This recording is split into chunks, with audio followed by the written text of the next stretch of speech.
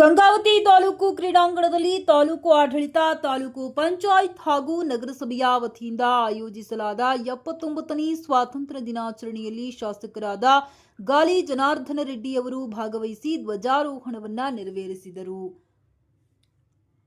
ವಿಕಸಿತ ಭಾರತದ ಸಂಕಲ್ಪಕ್ಕೆ ಎಲ್ಲರೂ ಕೈಜೋಡಿಸಿ 2047ರ ವೇಳೆಗೆ ಭಾರತವನ್ನ ಸಂಪೂರ್ಣ ಅಭಿವೃದ್ಧಿ ಹೊಂದಿದ ರಾಷ್ಟ್ರವಾಗಿ ರೂಪಿಸೋಣ ಎಂದು ಕರೆ ನೀಡಿದರು. ಈ ಸಂದರ್ಭದಲ್ಲಿ ಸಕ್ಷಮ ಅಂಗನವಾಡಿಗಳಿಗೆ ಟಿವಿಗಳನ್ನು ವಿತರಿಸಲಾಯಿತು. ಈ ಸಂದರ್ಭದಲ್ಲಿ ನಗರಸಭೆ ಅಧ್ಯಕ್ಷರಾದ ಶ್ರೀಮತಿ ಹೀರಾಬಾಯಿ ನಾಗರಾಜ್, ಉಪಾಧ್ಯಕ್ಷರಾದ ಸುಧಾ ಸೋಮನಾಥ, ತಹಶೀಲ್ದಾರರಾದ ಎಸ್ ರವಿ ಅಂಗಡಿ, ತಾಲೂಕು ಪೊಲೀಸ್ ಉಪವಿಭಾಗ ಅಧಿಕಾರಿ ಸಿದ್ದಲಿಂಗಪ್ಪ ಗೌಡ ಪಾಟೀಲ್, ತಾಲೂಕು ಪಂಚಾಯತ್ ಕಾರ್ಯನಿರ್ವಾಹಕ ಅಧಿಕಾರಿ ರಾಮರೆಡ್ಡಿ ಪಾಟೀಲ್, ನಗರಸಭಾ ಪೌರಾಯುಕ್ತರಾದ ವಿರೂಪಾಕ್ಷಮೂರ್ತಿ, ಕ್ಷೇತ್ರ ಶಿಕ್ಷಣಾಧಿಕಾರಿ ಎಚ್.ಬಿ. ನಟೇಶ್ ಹಾಗೂ ಬಿಜೆಪಿ ಮಾಜಿ ಜಿಲ್ಲಾಧ್ಯಕ್ಷರಾದ ವಿರೂಪಾಕ್ಷಪ್ಪ ಸಿಂಗನಾಳ್, ಪಕ್ಷದ ನಗರ ಗ್ರಾಮ ಮತ್ತು ಗ್ರಾಮೀಣ ಮಂಡಲ ಅಧ್ಯಕ್ಷರಾದ ಚಂದ್ರು ಹಿರೂರು, ಡಿಕೆ ಆಗೋಲಿ, ಮುಖಂಡರುಗಳಾದ ಮನೋಹರಗೌಡ ಹಿರೂರು, ಯಮನೂರ್ ಚೌಡಕಿ, ಅಮರಜ್ಯೋತಿ ನರಸಪ್ಪ, ದುರ್ಗಪ್ಪ ದಳಪತಿ, ರಮೇಶ್ ಹೊಸಮಲಿ, ಅರ್ಜುನ್ ನಾಯಕ್, ಆನಂದಗೌಡ,